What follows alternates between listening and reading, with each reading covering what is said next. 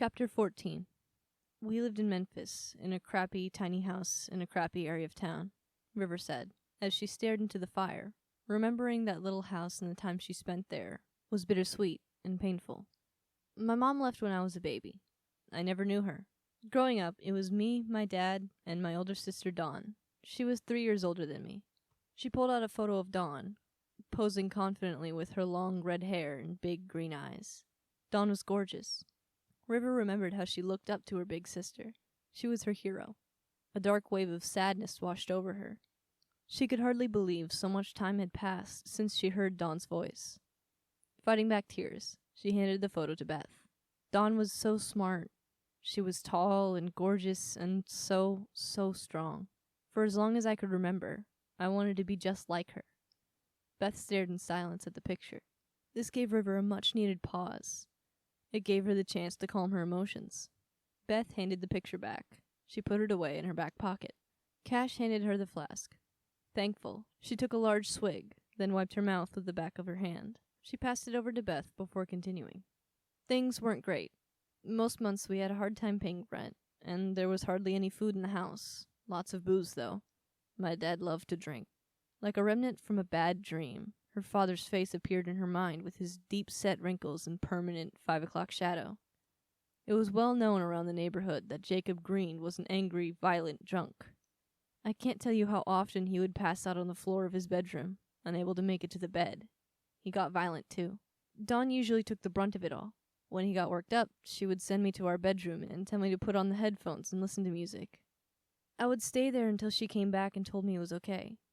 Once or twice, I tried to listen at the door. There was always a lot of shouting and cursing. She took a deep breath. Her hands trembled.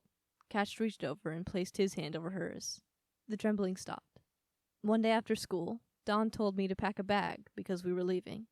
I didn't ask why. I knew. And I was happy to be getting out. We hid the bags under our beds. As soon as he passed out, we took our things and snuck out of the house. We ran to Mason's house. He was one of Dawn's friends. He tried to convince her to either stick around or at least let him come with us. When she refused, he cried. I think they were dating or something. River shrugged. Anyway, we snuck away to the bus station and got on the bus for Nashville. Dawn figured, it being a big city, odds were no one would find us there. Dawn's face came swimming back. How she held River close and promised her everything would be okay. River knew she had nothing to fear. Her big sister would always be there to keep her safe. She forced back the sorrow that smoldered below the surface, threatening to erupt. We stayed in Nashville for a few weeks, then moved to Birmingham, next to Jackson, Mississippi. We would stay in a city for anywhere between 2 weeks and 2 months. It all depended on what Dawn thought we needed to do. When she said it was time to leave, we would leave. I don't know if anyone ever came looking for us. I do know no one ever found us. River paused and glanced over at Beth. She could see her own sadness reflected back at her. Wow, where's your sister Dawn now? Asked Beth. She's dead, answered River flatly, as she picked up a thin branch and poked at the fire. Red embers fell out onto the sand. She pushed them back into the flames, catching fire to the end of the branch. She snuffed it out by burying the tip into the sand. God, I'm so sorry, stammered Beth, with a slight hint of panic in her tone. I didn't know. River didn't want Beth to feel bad about any of this. She knew Beth wasn't deliberately trying to upset her. How would you? She asked. There's no way you could have known. We had been traveling for about 2.5 years from one city to another, when we ended up in New Orleans, continued River. We stayed there for almost 3 months. Dawn seemed to have given up. Most of the time she was angry. The rest of the time she was sad. She started doing drugs. Lots of drugs. Pills, powder, you name it. She even shot up. She was falling apart. I worried about her. I went down to the free clinic and got some overdose medication, just in case. River hated remembering this part about her sister. How broken, sad, and desperate she was. She cleared her throat. One night, in a doped-out state, she broke down and told me the truth about our father, and the things he used to do to her when he thought I was asleep. She told me the reason that we left when we did was that she was afraid he would do that to me too. The fire crackled and popped as tiny embers hopped out and fell to the ground. Once again, River poked them back into the fire. It was a welcome distraction. No one said a word. She was thankful for the silence. God, this is so hard, she thought. River sighed. She told me what she had been doing to earn money to keep us fed and pay for our shitty motel rooms. All the strange men. She said she couldn't do it anymore. She broke down. I told her she didn't have to do that anymore. That we would be okay. I was older. I could help a lot more. I cleaned her up and held her until she cried herself to sleep.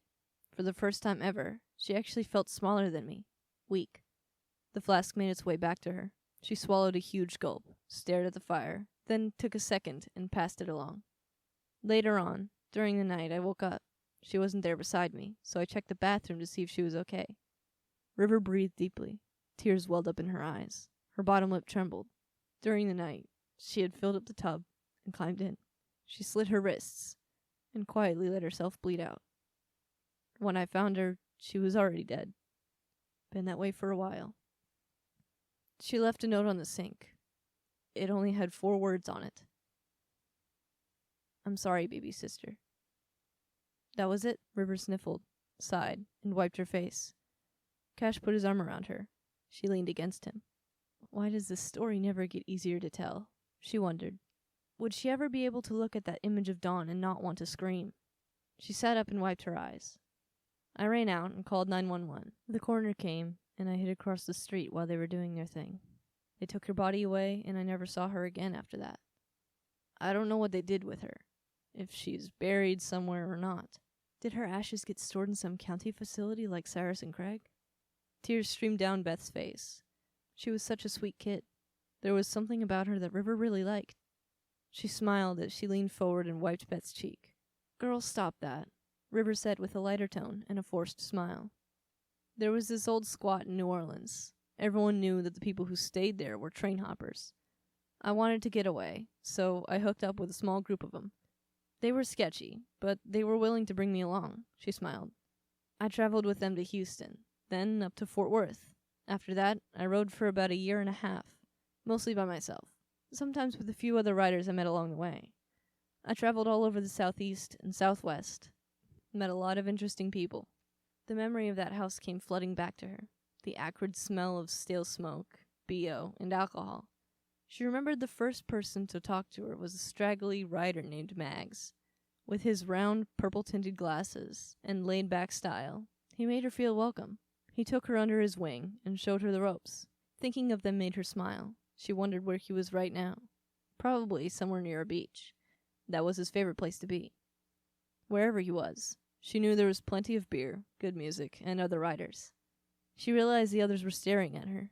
Gesturing to the rest of the group, she said, I met up with these jokers in Roswell. Somewhere along the way, they became my family, and now I can't get rid of them.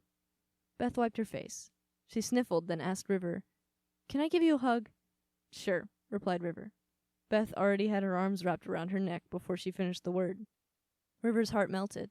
She wondered what it would be like if Beth came along with them. She wondered if the others would even consider the idea.